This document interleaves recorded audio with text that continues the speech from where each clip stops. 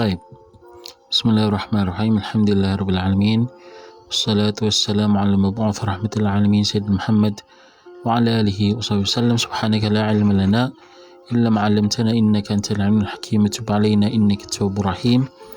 So insyaAllah pada malam ini kita akan sama-sama berbicara sedikit sebanyak lah ya berkenaan tentang sebuah buku yang Alhamdulillah telah saya terjemahkan lebih kurang 2 tahun lepas dan Alhamdulillah telah diterbitkan dan Alhamdulillah telah mendapat penerimaan yang baik oleh sahabat-sahabat pembaca yang budiman. Jazakumullah khairah. Ini terjemahan yang saya boleh katakan terjemahan sulung ataupun terjemahan yang pertama sekali yang pernah dibuat kepada sebuah karya yang telah ditinggalkan oleh tokoh kita ini Al-Hafidh Ibn Attar Dimashqi yang wafat pada kurun ataupun yang hidup pada kurun ke-7 Hijriah, di mana beliau mensyarahkan hadis rahmah, salah satu daripada hadis yang terkenal sebagai hadis yang al-musalsal bil awwaliyah. Apakah maksudnya hadis musalsal bil awwaliyah?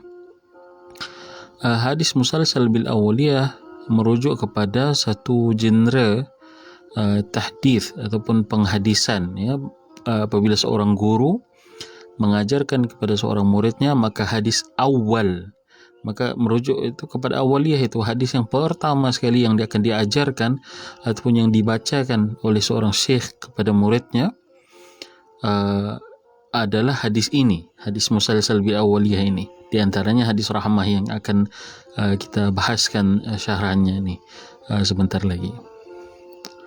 Jadi hadis musalsal bil awaliyah ini banyak ya, di antaranya hadis rahmah ini hadis yang paling popular dan alhamdulillah ia merupakan hadis yang pertama yang kita telah ambil sanadnya, kita telah riwayatkan sendiri daripada Syekh Shalih Al-Utsaimin hafizahullah taala wa ra'ah, dan beliau telah mensyarahkan dengan cantik sekali hadis ini ya, hadis al-musalsal bil awaliyah. Maka hadis musalsal bil awaliyah merujuk kepada genre itu ya, hadis musalsal bil awaliyah ataupun hadis rahmah ini.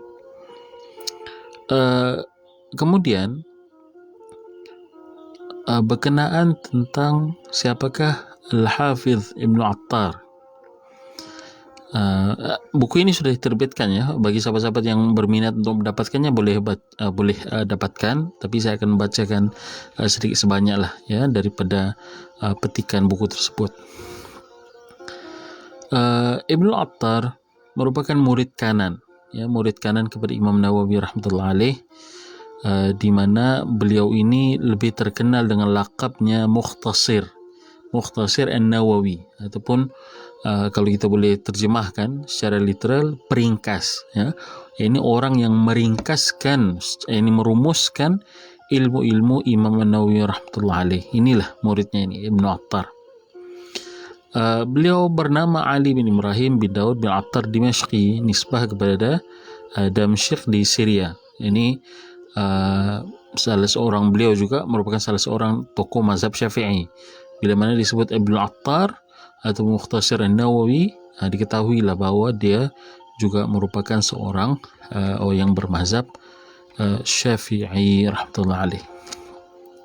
Tetapi dia memiliki ramai guru ya, dan telah melakukan jaulah ataupun rihlah ilmiah ke Madinah, ke Hijaz, ke Iraq, ke Nablus, ke Palestin dan seumpamanya.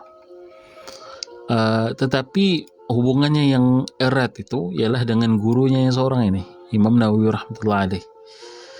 Sebab hubungan beliau dengan Imam Nawawi ini rapat kerana beliau dianggap sebagai murid yang terakhir, antara murid yang terakhir Imam Nawawi. Ini beliau start untuk menuntut ilmu dengan ini berada di peak lah itu ya, ketika mana 20-an, awal 20-an berkenalan dengan Imam Nawawi, and then mulazamah Imam Nawawi sehinggalah ke hari Imam Nawawi wafat. Dan kalau boleh ditengok daripada segi umur, Imam Nawawi wafat ketika berusia 45 tahun.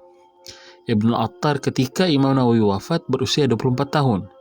Jadi ada semacam hubungan yang sangat rapat di situ, macam mentor-menti lah antara Imam Nawawi dan juga Ibnu Attar ini. Dan tugas yang terbesar, khidmat yang terbesar yang dilakukan oleh Ibnu Attar kepada Imam Nawawi, dedikasi beliau kepada Imam Nawawi ialah mengumpulkan fatwanya dan meriwayatkan at-tanbih daripada Imam Nawawi. Begitu juga beliau telah mengarang sebuah buku berkenaan tentang terjemah yakni biografi gurunya Imam Nawawi. Dan dari situlah orang mengetahui bagaimana cara hidup Imam Nawawi ini, ya. Di mana di dalam buku itu dibahaskan bahawa Imam Nawawi mengambil sehari dia akan ambil lebih kurang 13 kelas daripada siang lepas solat subuh sampai ke waktu malam harinya. Ini sewaktu dia menuntut ilmu itu dipenuhi dengan kelas. Nah, ini hanya belajar meriwayatkan ilmu munakasyah dan seumpama itu.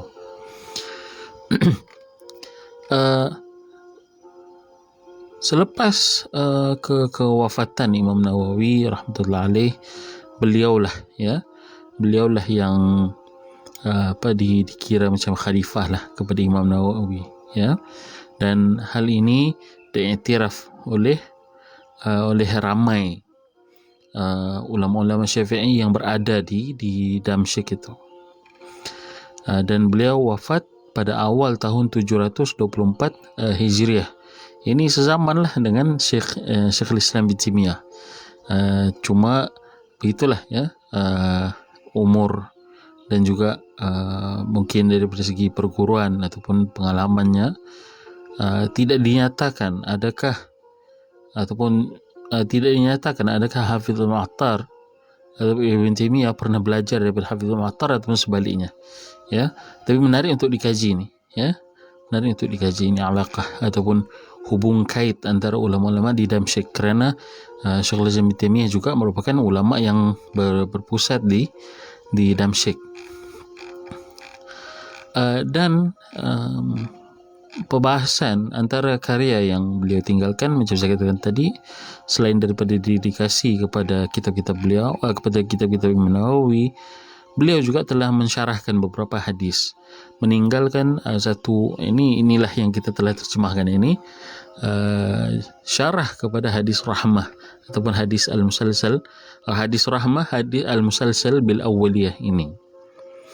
Apakah hadisnya? Hadisnya ialah hadis yang masyhur, diriwayatkan daripada Abdullah bin Amr radhiyallahu anhuma bahawa Rasulullah sallallahu alaihi wasallam bersabda, "Ar-rahimun yarhamuhumur rahman, irhamu man fil ard yarhamkum man fis sama." Saya ulang semula, "Ar-rahimun yarhamuhumur rahman, irhamu man fil ard yarhamkum man fis sama." Ini terjemahannya. Di dalam matan yang penuh, ya, di dalam teks yang penuh, Ibnu Attar membawakan sanadnya, ya, sanadnya sendiri. Sebelum mensyarahkan hadis ini, dia meriwayatkan hadis itu, dia mengimlakannya di dalam syarahan tersebut dengan sanad yang penuh, ya, dengan sanad yang penuh sampai kepada Abdullah bin Amr. Tetapi di dalam terjemahan ini kita omit bahagian sanad itu kerana ikhtisaran, kita ingin meringkaskan dan ingin mengoptimumkan faedahnya kepada pembaca semua. Maka kita lebih fokus kepada menterjemahkan hadis dan juga meletakkan ta'liq ataupun meletakkan nota-nota kaki yang insya-Allah membantulah, ya, pembaca untuk lebih menghayati hadis ini. Ar-rahimun yarhamhumur rahman, irhamu man fil ard yarhamkum man fis sama. Terjemahannya saya terjemahkan di sini, orang-orang yang mengasihi itu ar-rahimun yarhamuhumur rahman, dikasihi oleh ar-rahman, akan dikasihi oleh rahman, ini yang maha kasih. Irhamu min fil ard, kasihilah sesiapa yang ada di bumi.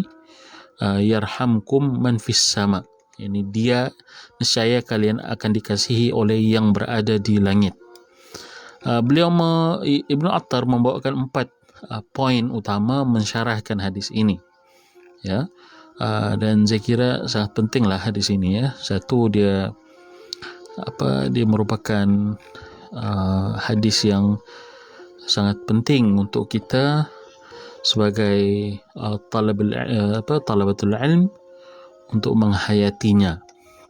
Sebab ialah apabila kita sudah belajar ilmu agama, Allah SWT kurniakan kita fath, Allah SWT mengurniakan kita ilmu yang banyak, Allah SWT mengurniakan kita pengetahuan dan juga kefahaman yang laju, yang pantas, maka seharusnya kita memiliki pada masa yang sama sifat rahmah kepada hamba-hamba Allah yang lain. Maka rahmah kita kepada orang-orang yang jahil sebagai contoh ialah kita mengajarkan mereka. Rahmah kita kepada orang-orang yang alim ialah kita menghormati mereka. Rahmah kita kepada binatang, maka kita menyayangi mereka. Rahmah kita kepada binatang-binatang yang berbisa, kalau mereka mengganggu, ialah kita bunuh ataupun kita alihkan mereka dan seumpama itu. Maka hadis ini sebenarnya sangat penting lah, tidak semestinya dihafal oleh pelajar agama saja, tetapi juga penting untuk dihayati sebagai satu pegangan umum. Sebab apa? Di dalam hadis ini ada diterangkan sifat rahmah Allah SWT itu. Nanti kita akan bahaskan bersama Ibnu Attar syarahkan. Hadis rahmah itu, sifat rahmah Allah SWT itu tauhid asma' wa sifat. Yang kedua ialah adanya al-mujazah, adanya al-mujazah, yakni adanya pembalasan daripada Allah SWT. Kalau kita buat baik kepada orang yang berada di bumi ini, Allah akan buat baik kepada kita, begitu. Maka hal ini penting. Dua poin ini sangat-sangat penting yang akan membantu dan memandu sair ataupun cara kita berinteraksi dan juga cara untuk kita buat baiklah kepada orang kan. Satu, sebab kita tahu bahawa Allah SWT memiliki sifat rahmah itu. Yang kedua, kita tahu bahawa kalau kita buat benda baik, Allah akan rahmah kepada kita. Jadi hal ini kalau betul-betul kita hayati, maka bayangkan kalau seorang buat rahmah kepada orang lain, A buat rahmah kepada B balas balik rahmah itu kepada A, Allah rahmat kepada mereka berdua, maka kitaran rahmah itu sentiasa berterusan. Barakah, barakah, berkat hidup itu yang sentiasa berada di dalam kasih sayang dan juga peduli rahmah kepada orang lain. Okey, kata beliau, hadis ini mengandungi beberapa faedah ilmiah. Pertamanya ialah sabda baginda sallallahu alaihi wasallam, orang yang mengasihi itu ar-rahimun yarhamuhumur rahman, dikasihi oleh ar-rahman yang maha kasih, merupakan dalil bahawa sifat kasih kepada ciptaan Allah menjadi sebab kepada kasih Allah Subhanahu wa ta'ala. Menjadi sebab di sini harus kita fahami, apabila kita katakan Allah SWT melakukan sesuatu, kita buat sesuatu menjadi sebab kepada perbuatan Allah ataupun hukuman Allah, ataupun dalam kes ini rahmat Allah kepada kita, harus kita fahami bahawa Allah SWT itu bersifat ghani anil alamin. Ini bersifat tidak berhajat kepada satu apapun daripada makhluknya. Maka yang kadang-kadang kalau akan menimbulkan persoalan ini, apabila sifat kasih kepada sifat Allah menjadi sebab kepada kasih Allah SWT kepada kita, maka adakah ini orang boleh tiba ke persoalan, adakah kasih Allah itu bersebab? Ini memerlukan kepada sebab, dan tidak akan ada melainkan sekiranya ada sebab. Ini maka sekiranya begitu, maka kasih Allah SWT ini berhajat. Ini Allah SWT berhajat kepada kita untuk mengasihi sesama kita. Allah SWT berhajat untuk kita mengasihi sesama kita. Semangat pula. Barulah dia akan mengasihi kita. Sedangkan hakikatnya tidak begitu. Sebab pada Allah Subhanahu wa ta'ala di sini adalah sebab yang kita boleh katakan sebagai sebab yang sabab yang tam, yakni perkara yang mewujudkan musabab dengan semata-mata kewujudannya. Ini Allah SWT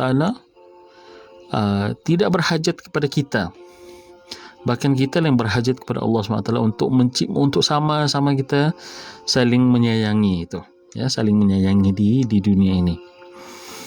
Maka apabila kita yakini bahawa Allah SWT sifat ataupun kasih sayang Allah SWT itu bersebab dalam arti kata sababun tam, maka kita fahami bahawa Allah Subhanahu Wa Taala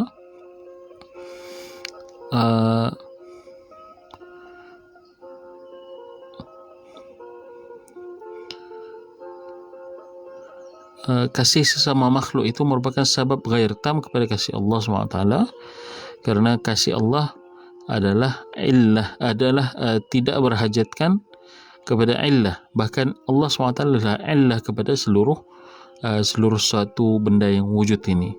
Maka makna sebab di dalam kenyataan Ibn Attar itu bukanlah sebab yang berarti berhajat, ya, berhajat. Ini kenapa disebabkan ataupun kenapa dijelaskan hubung kait antara bahawa kasih Allah bersebabkan kepada kasih kita sesama makhluk. Kenapa? Agar manusia berlumba-lumba mengasihi sesama makhluk. Kan, samalah, same case macam amal ibadat kita. Allah SWT maha berkuasa memasukkan kita ke dalam syurga, na'udzubillah maha berkuasa untuk memasukkan kita ke dalam neraka. Tetapi kesemua itu berlaku atas sebab dan juga hikmah, ya. Kalau tidak ada sebab dan juga hikmah ini, keadilan Allah Subhanahu Wa Taala ini, maka tidak jelas ataupun tidak berfaedah lah sesuatu amal yang dilakukan oleh manusia, dan juga tidak logik, ya, tidak logik. Sedangkan hikmah dan juga aturan Allah SWT ini yang indah, yang tepat, dan juga yang logik, yang masuk dan boleh difahami dan dihayati dengan akal yang sehat. Maka memang Allah SWT boleh mengasihi dan tidak berhajat kepada kasih sayang sesama kita ini. Tetapi Allah ciptakan kasih sayang bersama kita sebagai sebab untuk turunnya kasih sayang Allah SWT kepada kita, supaya kita sentiasa berada dalam kitaran yang saya terangkan tadi. Kemudian begitu juga, ya, yang menarik dibahaskan oleh Ibn Attar ini dalam poin yang ketiga yang dibawakannya ialah kata beliau, seperti mana orang yang mengasihi daripada kalangan itu dikasihi juga, begitu juga orang yang tidak mengasihi tidaklah dikasihi oleh Allah SWT. Ini al-mujazah macam saya katakan tadi. Kamu sama-sama mengasihi, Allah akan kasihi kamu. Tapi kalau kamu tidak sesama makhluk, sesama manusia mengasihi, maka kamu tidak akan mendapat kasih atau rahmah Allah Subhanahu Wa Taala.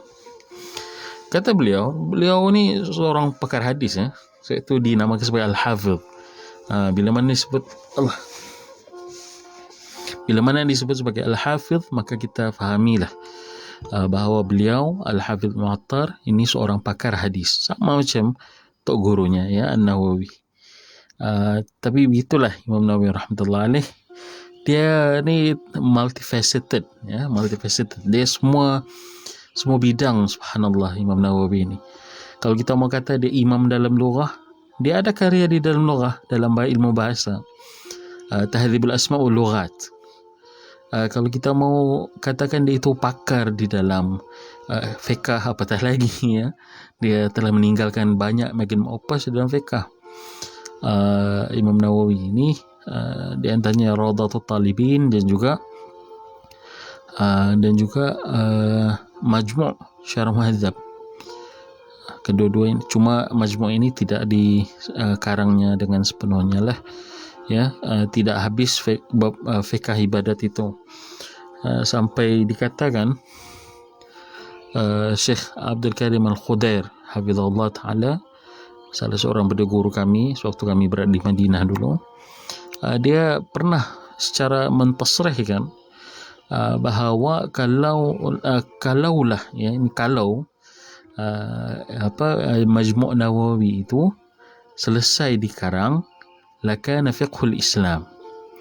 Sudah tentulah Majmu' Nawawi itu fiqhul Islam, dia sudah merumuskan ke semua bab fiqh di dalam Islam ini. Kerana di dalam Majmu' Nawawi itu bukan sekadar syarahan kepada ibarat-ibarat ataupun ayat-ayat Syirazi. Beliau membawakan terjih, beliau membawakan aqwal, ini pendapat-pendapat para ulama dalam mazhab, di luar mazhab, pendalilan, dan juga meletakkan tarjihnya Imam Nawawi rahmatullah alaih. Dan dia konsisten, beliau konsisten di dalam di dalam hal itu ketika mensyarahkan. Maka hal ini yang kita boleh katakan didengkikan didengkikan oleh ramai ulama yang lain. Kenapa? Karena level kefahaman seperti mana yang dicapai oleh Nawawi ini dicapai oleh orang yang sudah betul-betul masak di dalam fiqh Syafi'i, satu fiqh muqaran, fiqh perbandingan mazhab, dan juga masak di dalam hadis, masak di dalam ilmu hadis. Maka dari kerana Imam Nawawi ini dia multifaceted, sukar untuk orang letakkan dia itu satu gelaran yang khusus, Al-Hafidh sebagai contoh. Kalau macam Ibn Hajar dan juga tokoh kita ini Ibn Attar, fokus mereka itu di dalam ilmu hadis, maka senanglah untuk orang mengenali dan meletakkan lakab yang tertentu kepada mereka. Macam Ibn Attar ini memang kepakarannya dalam hadis lah, hadis, dan juga meriwayatkan ilmu-ilmu Imam Nawawi itu. Begitu juga Ibn Hajar Al-Asqalani, beliau tidak kurang terkenal di dalam fiqh, walaupun dia memiliki ilmu yang tinggi dalam fiqh, bila mana kita kata dia itu tidak seberapa di dalam fiqh, dalam arti kata kalau kita membandingkan ilmu fiqh dan juga ilmu hadis yang dimiliki oleh tokoh itu, bukan berarti bila mana kita katakan dia itu al-hafidh, berarti dia itu dalam ilmu fiqh dia lopek ataupun tidak yang biasa-biasa saja. No, it's wrong assumption, cara berfikir yang salah itu. Cara berfikir yang betul ialah bila mana kita namakan seorang ulama itu al-hafidh, dia ini juga pakar dalam ilmu yang lain, cuma di dalam ilmu hadis itu lebih terserlah ijtihad dan juga kaliber keilmuannya itu. Macam Ibn Hajar, beliau tidak meninggalkan buku fiqh, banyaknya meninggalkan buku-buku hadis, syarahan-syarahan kepada hadis, buku-buku yang mustalah hadis dan seumpama itu. Begitu juga Ibn Attar ini, sementara Imam Nawawi macam saya katakan tadi banyak, dia dalam hadis, siapa yang tidak pernah hafal Arba'in Nawawiyah ataupun siapa yang tidak pernah dengar Arba'in Nawawiyah? Kita di Malaysia alhamdulillah, Arba'in Nawawiyah itulah apabila kita masuk dalam harakah, kita akan diusrahkan dengan Arba'in Nawawiyah itu. So kita tahu begitu hebatnya syakhsiyah Imam Nawawi ini. Maka syakhsiyah ketokohan Imam Nawawi ini menjelaskan kepada kita, kalaulah dia sebegitu tinggi level beliau, maka anak-anak muridnya pun bukanlah anak murid yang biasa-biasa. Maka atas sebab itu bila mana kita tengok Imam Nawawi dan juga yang serupa dengan Imam Nawawi ini ialah Ibn Al-Qayyim dan juga Ibn Taimiyah, sukar untuk kita katakan dia ini hanya pakar dalam satu bidang sahaja. No. Mereka bertiga inilah pakar di dalam bidang yang banyak. Maka layak untuk kita namakan mereka itu sebagai imam, yakni al-muqtada bih, orang-orang yang kita teladani dan juga ikuti pendapatnya rahimahumullah. So kembali pada syarahan hadis ni, di dalam bahagian ketiga fasal yang ketiga, syarahnya di sini oleh Ibn Attar, beliau katakan bahawa kalau kita mengasihi, kita akan dikasihi oleh Allah. Tapi kalau kita tidak mengasihi, kita tidak akan dikasihi oleh Allah Subhanahu wa taala. Mimbab al-mujazah. Ya, mimbab al-mujazah, balasan. Dan kata beliau membawakan dalil yang menjelaskan bahawa pendapat ini betul. Allah. Itu kita seronok membaca kitab-kitab para ulama ini, ya, penuh dengan dalil. Dia tidak dipenuhi dengan khurafat dan khuza'bahat. Kata beliau, sabda Nabi SAW, dalil pertama apa dia? Man la yarham la yurham. Aqwa dalil kan, ar-rahimun yarhamuhumur rahman, man la yarham la yurham. Gandingannya itu, ya. Seperti mana orang yang mengasihi itu ar-rahimun yarhamuhumur rahman, orang yang mengasihi itu akan dikasihi oleh Allah Subhanahu wa taala. Nabi SAW juga bersabda dalam hadis yang lain, man la yarham la yurham, sesiapa yang tidak mengasihi tidak akan dikasihi.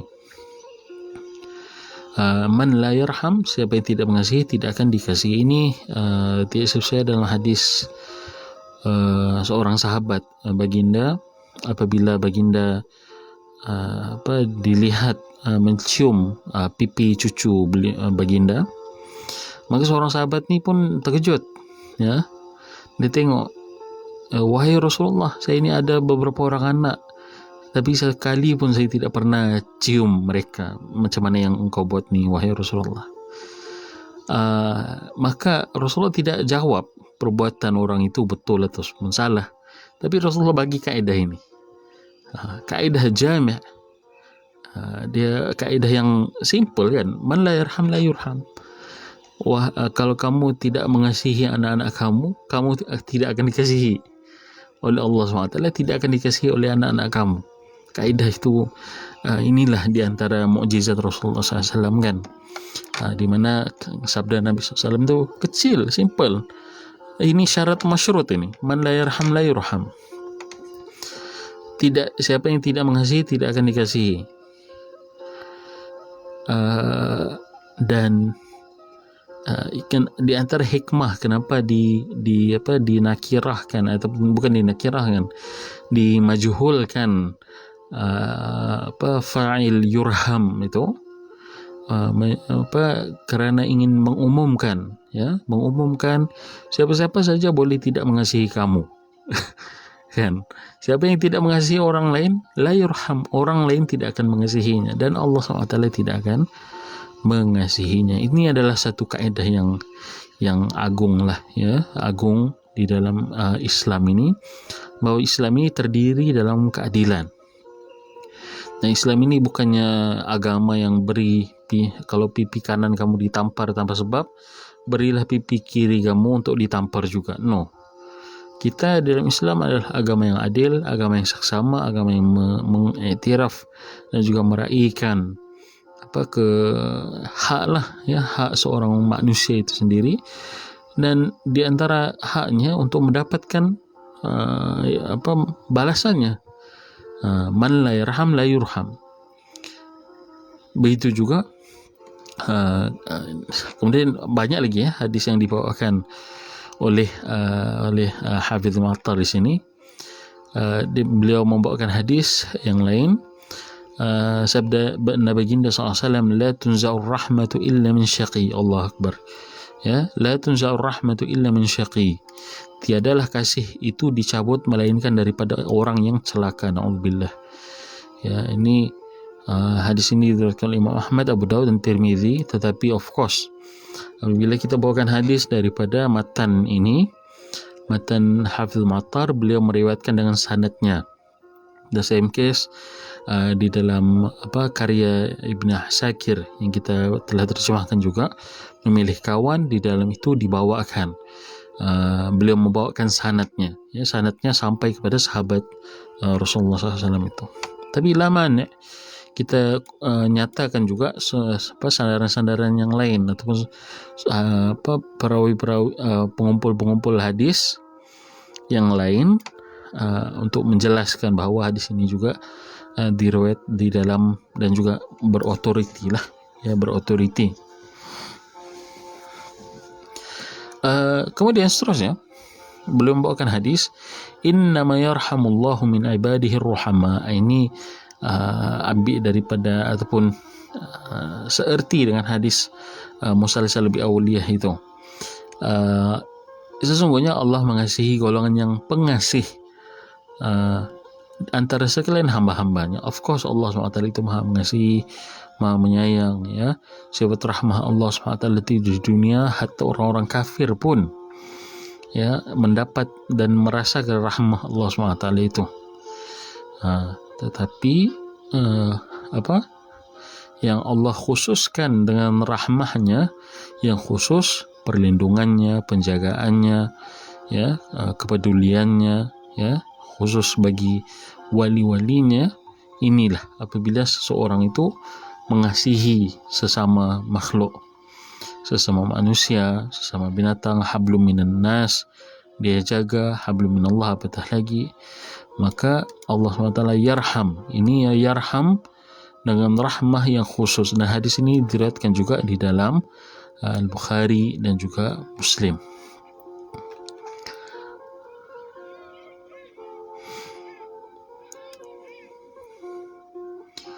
Kemudian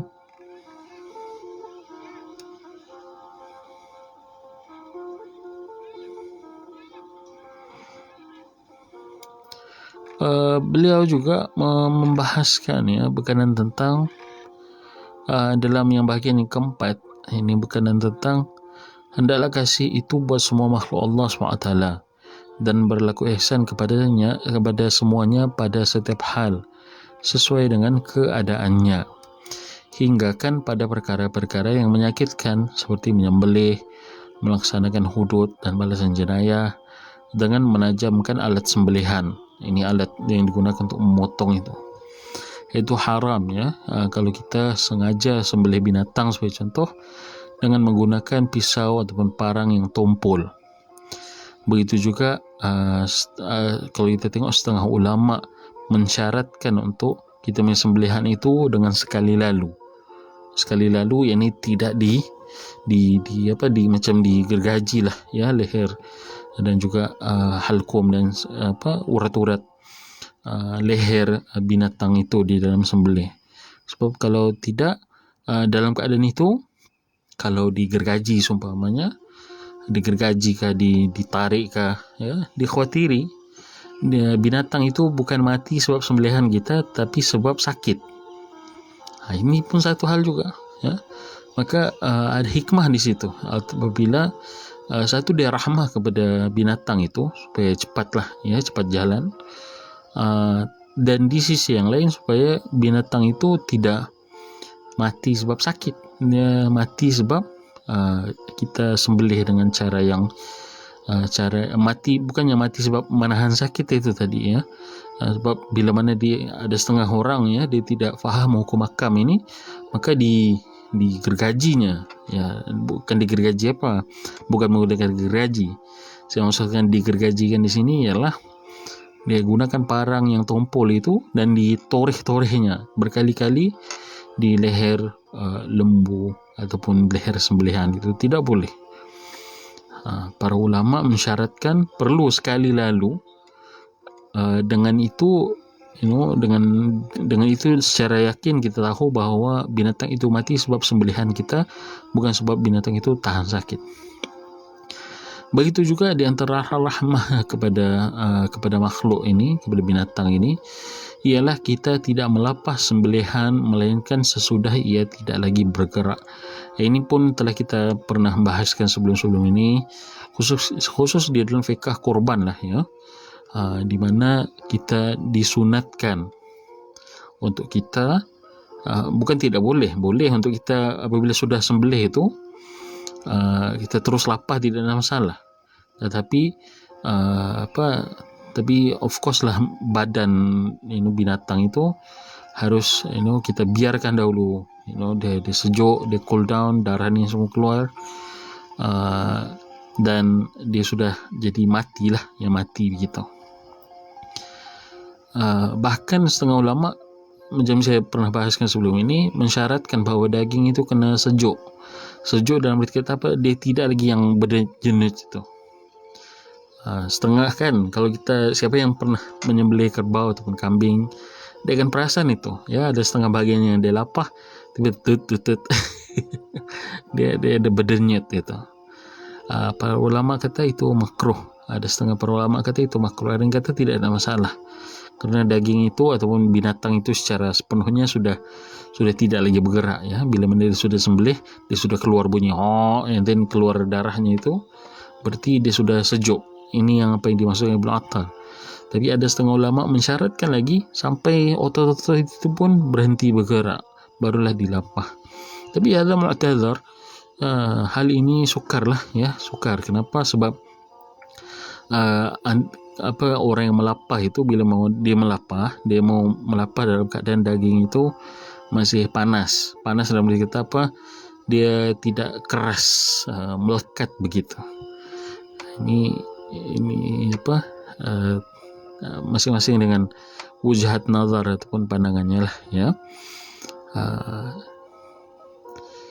Begitu juga kalau kita tengok sembelihan di kilang-kilang ya, ayam, adakah rahmah kalau kita sembelih ayam itu? Kita of course kita sembelih dengan cara syar'i, kita sembelih bismillah, and then ayam itu belum sempat sejuk badannya, keluar semua darah di itu, terus masuk ke dalam mesin yang menghilangkan bulu itu. Adakah itu rahmah? Kita katakan itu kurang rahmah. Tapi adakah itu halal untuk kita makan? Kita katakan itu halal untuk dimakan, sebab dia sudah disembelih dengan cara yang syar'i. Cuma kita katakan cara sembelihan itu tidak rahmah lah ya. Begitu juga kata Ibnu Attar di sini, di antara rahmah kita, yang juga ihsan kita kepada makhluk-makhluk Allah, di antaranya ialah tidak melaksanakan hudud. Hudud ini selalunya melibatkan potong ya anggota badan yang tertentu, ataupun rejam bagi penzina yang sudah kahwin ya. Maka tidak dilaksanakan hudud itu di dalam keadaan waktu panas dan sejuk yang melampau, dan juga tidak melaksanakan hudud kepada perempuan yang hamil, melainkan sesudah perempuan yang hamil itu bersalin. Kita andaikan senario lah ya, contohnya di dalam sebuah negara Islam yang mengamalkan 100% hukum hakam Islam, yang dimana seorang ibu terpaksa mencuri, seorang ibu yang hamil terpaksa mencuri, dan cukuplah segala macam muasafatnya, dan didapati bahwa ibu itu baru hamil 2 bulan, baru hamil. Ini getaran haidnya tidak datang, dan diceklah ya, dia sudah datang, dia sudah mengandung bayi.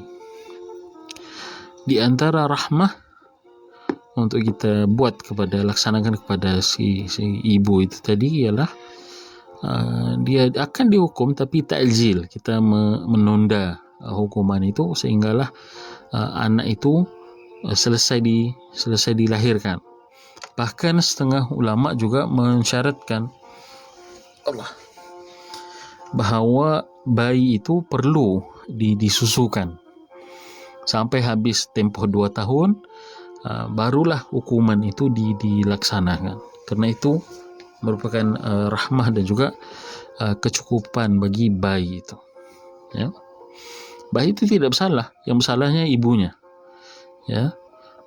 Bisa kes macam baru-baru ni kan, kes yang penjual dadah itu. Kita andaikanlah di dalam sebuah negara Islam yang mengamalkan hukum Islam, orang yang menjual dadah dia boleh dihukum dengan hukum ta'zir. Hukum ta'zir yang terpulang kepada keputusan qadi, ataupun terpulang kepada keputusan pemerintah, yang boleh sampai kepada membawa kepada tali gantung. Kita andaikanlah si hukumannya sama, ibu tu dihukum gantung secara ta'zir, Dan kita andaikan dia memiliki anak, dan anak yang masih menyusu, di antara rahmahnya kita kepada anak itu ialah kita membenarkan anak itu untuk disusukan dahulu sampailah 2 tahun, dipisahkan, dan segala nafkah itu disediakan bagi anak ini oleh kerajaan, dan ibu itu perlu menanggunglah balasannya itu, ta'zirnya itu. Ini rahmah lah. Ar-rahimun yarhamuhumur rahman.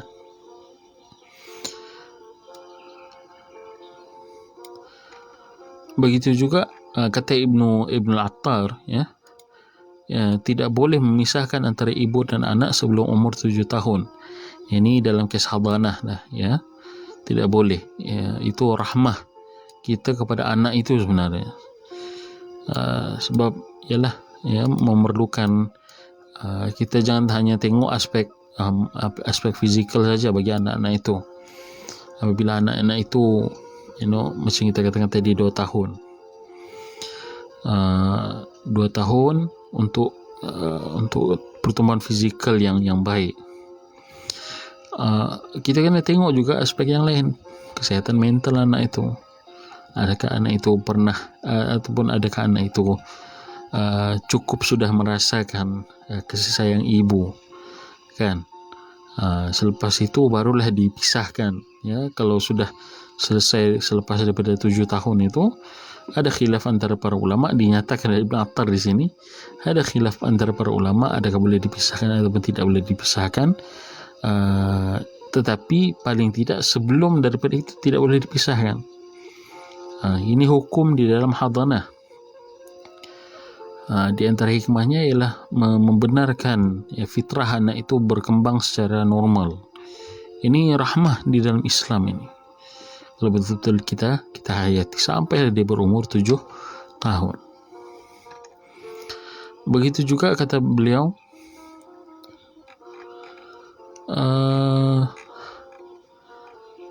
kita dilarang daripada al-muthlah, ini mencincang wajah musuh yang sudah mati di medan perang. Begitu juga kita disyariatkan di dalam Islam pengampunan, al-afu di dalam qisas, di dalam hukuman balas bunuh. Begitu juga ini satu lagi perspektif yang menarik daripada Ibn Attar. Dia kata hukuman itu pun sebenarnya rahmah, rahmah sebagai bentuk pencegahan daripada fasad, daripada kerosakan di muka bumi ini. Itu pun salah satu daripada cara kita merahmati juga, adalah tidak rahmah untuk kita biarkan orang yang makan rasuah, adalah tidak rahmah untuk kita biarkan orang yang mencuri, adalah tidak rahmah untuk kita biarkan orang berjenayah ini terlepas begitu sahaja. Dia mesti dicegah sebab agar tidak berlaku kerosakan di muka bumi dan dalam masyarakat itu. Beliau bawakan contoh lain di sini. Begitu juga kita menahan kuda perang daripada makhluk-makhluk yang lain. Ini tidak boleh kuda perang itu dibiarkan berkeliaran seperti binatang biasa, kerana boleh membahayakan makhluk-makhluk yang lain. Itu kuda perang ini dia bukan dia ada macam semacam agresif sikit lah sifatnya itu. Maka tidak boleh dibiarkan bebas, tidak boleh dicampurkan dengan binatang-binatang yang lain. Dikhawatiri sifat ganasnya itu akan merosakkan ataupun membunuhlah binatang-binatang yang lain. Kata beliau, keseluruhan ini merupakan amalan-amalan kasih, dan Allahu a'lam, dan Allah lah yang maha mengetahui segala sesuatu. Subhanallah. Jadi sebenarnya manifestasi rahmah itu meluas di dalam Islam ini, tidak hanya terhad kepada sesama makhluk, sesama manusia, tetapi juga kepada makhluk-makhluk yang lain, kan, binatang, kalau kita boleh katakan sampai kepada tumbuh-tumbuhan sekalipun. Sebenarnya kita diperintahkan untuk bersifat rahmah kepada tumbuh-tumbuhan ini. Di antaranya ialah hadis yang masyhur di mana Rasulullah SAW memerintahkan kita, kalaulah datangnya ataupun munculnya hari kiamat, wa biyadi ahadikum fasilah, dan ada sebiji benih di tangan salah seorang daripada kamu umat Muhammad ini, hendaklah kamu tanam benih itu. Rahmah kepada benih itu. Dalam keadaan kita tahu bahawa kiamat sedang berlaku dan dunia kan kal farashil mabthuth, yang kita nampak orang berterbangan macam kupu-kupu, kita nampak gunung-gunung macam buah-buah kapas yang berterbangan. Tapi kata Rasul pesan, kalau ada sebiji benih di tangan kamu, tanam dia. Rahmah kepada biji benih itu. Begitu juga especially yang menarik lah ya, satu budaya yang saya sangat-sangat puji dan juga saya tertarik sebenarnya ialah budaya plogging. Ini dia jogging sambil dia berhenti di satu stesen ataupun tempat dia berehat itu, dia bawa satu plastik sampah, dia kutip sampah di tempat yang dia berhenti itu, and then buang di tempat buang sampah yang sesuai lah. Itu satu budaya yang perlu untuk diteruskan dan juga diviralkan. Viralkanlah ini, tidak ada masalah, kerana ini ihsan dan juga kita ingin membina budaya dan juga kita ingin membina akhlak yang baik dalam masyarakat melalui teladan ini. Viralkan, tidak ada masalah. Kita jogging, berhenti di satu tempat, kita rahmah kita kepada alam sekitar itu. Maka kita kutip sampah, buang, letak di tempat tong sampah yang sesuai. Of course, ya, kalau kita tengok daripada from a bigger scale, sampah itu dia akhirnya akan ke tempat longgokan sampah yang then akan dalam keadaan yang tidak teratur dan sebagainya akan terkeluar juga. Tapi untuk di satu tempat itu, kalau kita kecilkan skopnya, misalnya tempat yang dia jogging itu sudah menjadi bersih kan, maka itu rahmah kepada satu kawasan itu. Plogging kan, hiking, dalam keadaan hiking pun kena jagalah adab-adab. Itu rahmah kita kepada alam sekitar ini. Ini satu idea yang saya kira agak menarik ya. Kita selalu upkan idea ataupun konsep kita kena berbudi kepada alam itu, of course untuk orang-orang yang bercocok tanam ya. Tapi idea menjaga alam sekitar, tapi kita menjaga bi'ah alam sekitar lah tu ya, maqasid menjaga alam sekitar, tapi kita kurang ataupun kita masih belum lagi mempopularkan rahmah kepada alam sekitar itu. Okey. Dan ini saya kira mungkin besok atau lusa lah, tengoklah macam mana. Menarik juga ide ni untuk kita tuliskan. Sifat rahmah kita kepada alam sekitar, mengambil faedah istifadah daripada hadis ini. Ar-rahimun yarhamuhumur rahman yarhamu man fil ard yarhamkum man fis sama. Maka di antara cara kita rahmah kepada alam sekitar, kita bersihkan kita letak sampah di tempat yang sepatutnya, tidak buang sampah merata-rata. Budaya yang baik sebenarnya dan boleh untuk kita buat, bukan semata-mata untuk cloud ya, tetapi kerana kesadaran yang baik untuk menjaga kebersihan alam sekitar kita kan. Idea rahmah, merahmati alam sekitar, and then kita bayangkan kalau satu kawasan itu bersih, maka dia sudah ataupun dia boleh menjadi habitat yang baik untuk binatang-binatang, dan tidak adalah cerita penyu tercucuk straw di hidungnya dan sebagainya itu. Sebab apa? Itu kezaliman lah kita boleh katakan. Kezaliman membuang sampah di tempat yang tidak sepatutnya, membuang sampah merata-rata di laut dan of course kita tahulah di laut itu dia apabila penyu ni dia akan keliru kan, sebab bentuk bentuk obor-obor dan juga bentuk plastik itu lebih kurang kalau di dalam laut. Dia akan jadi keliru lah, dia tidak dapat membezakan ini obor-obor kah, ini plastik, maka dia pun makan. Itu tidak rahmah.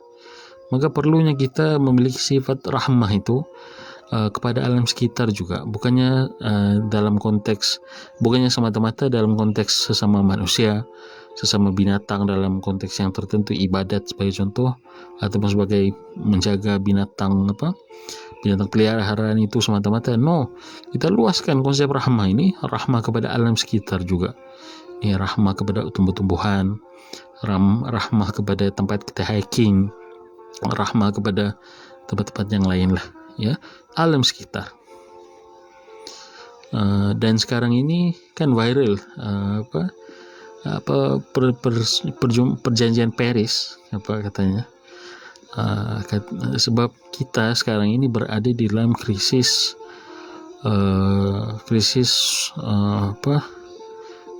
climate yang agak teruk. Katanya kalau by 2030 ataupun by 2050, kalau suhu dunia ya, bukan suhu satu tempat, suhu dunia ini naik secara puratanya 2 Celsius, ada beberapa bandar-bandar besar yang akan tenggelam. Di antaranya Shanghai, Iskandariyah di Mesir, bandar apa lagi? Adalah 2-3 bandar lagi yang lain. Dan bandar ini bukan bandar kecil, bandar besar tenggelam. Kenapa? Sebab suhu yang naik. Maka kita boleh lihat juga, ya, mesyuarat yang ataupun perbincangan yang dicapai untuk alam sekitar itu, climate change itu merupakan salah satu daripada usaha rahmah manusia ini kepada alam sekitar. Dan apabila itu ditinjau menurut aspek hadis ini, ar-rahimun yarhamhumur rahman, irhamu min fil ard yarhamkum min fis sama. Kamu rahmatilah segala makhluk apa yang ada di bumi ini, rahmatilah diri kamu sendiri sebenarnya, rahmatilah kamu punya cuaca climate change ini, Allah akan merahmati kamu. Allah akan mengurniakan kamu rezeki, dan juga Allah akan mengurniakan kamu timbalan yang lebih banyak. Seram sebenarnya kalau kita tengok, ya, video-video yang di mana orang pergi ke Rusia, ya, baru-baru ini. Permafrost sudah mula cair, dan bila mana permafrost itu cair, berarti suhu sebenarnya sudah naik dan akan rilis lah tu greenhouse effect, akan memanaskan lagi dunia sebenarnya. Cakap ni macam pakar sains, tapi it's real thing. Benda ni dia slowly tapi surely akan affect kehidupan kita. Jadi kita, of course, kita tidak boleh sukar untuk kita mengawal di atas yang hukumah daripada segi implementasi cara untuk mengurangkan methane, lepaskan CO2 dan seumpamanya. Tapi apa yang kita boleh buat ialah yang lain ini, ya, kutip sampah, blogging itu, viral dan blogging itu, saya lihat tidak ada masalah, ya. Dia bukan daripada riak itu untuk blogging, seakan dibuat dengan cara yang beradab yang bermaruah.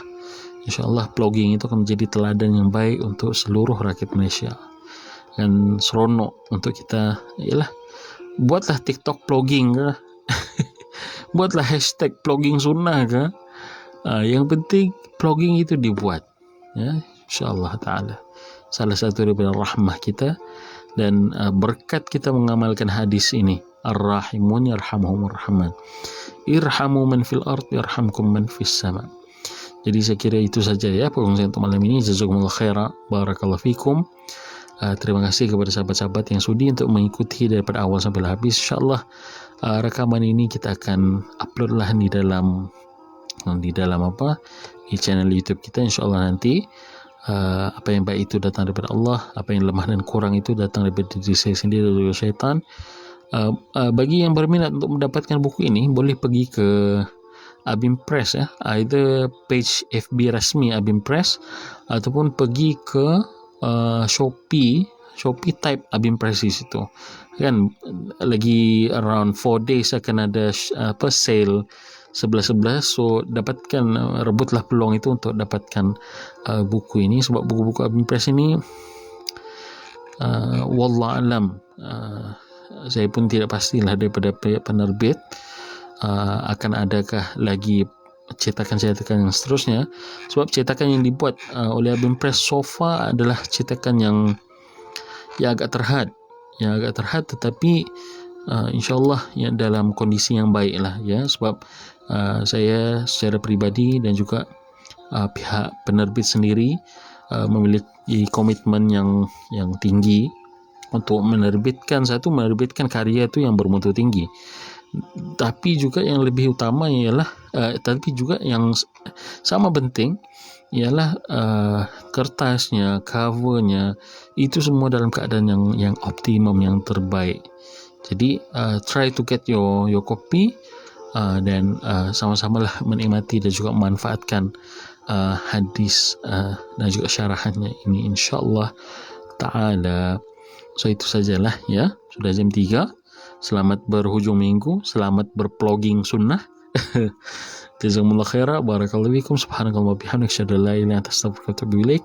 Assalamualaikum warahmatullahi taala wabarakatuh.